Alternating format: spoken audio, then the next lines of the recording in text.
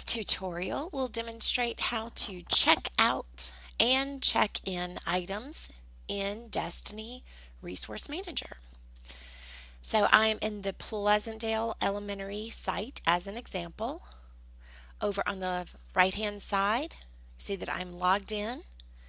And for some credentials, you will have the option to move between library and resource view, or you just might have one or the other. So make sure you're on resource view. And then here we are at circulation, and I have already selected check out items. So the first thing that I need to find is my patron. And I'm going to type in my patron's ID. If the patron had a DeKalb County badge or library card, you could just scan that. I do have it on only my patrons because that is how the items are established in Resource Manager to check out. Only items at a site can check out items from that site. Okay, so here is our student. The next thing that I'm going to do is to type in the Virtucom number that goes along with the device that this student is going to receive. Of course, this would be scannable, making it go much easier and less prone to human error. So that is the Virtucom number. And I click go. Now it does give us a pop-up screen because we have added components. There, along with each student Chromebook, there is a bag and there is a power adapter with the reminder to ensure that there are both parts.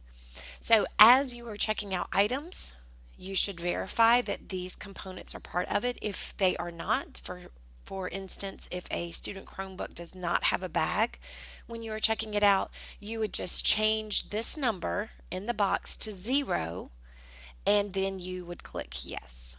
Okay, so I'm going to pretend that the bag and the power adapter with both parts are there. I click yes. Now the item is checked out to that student.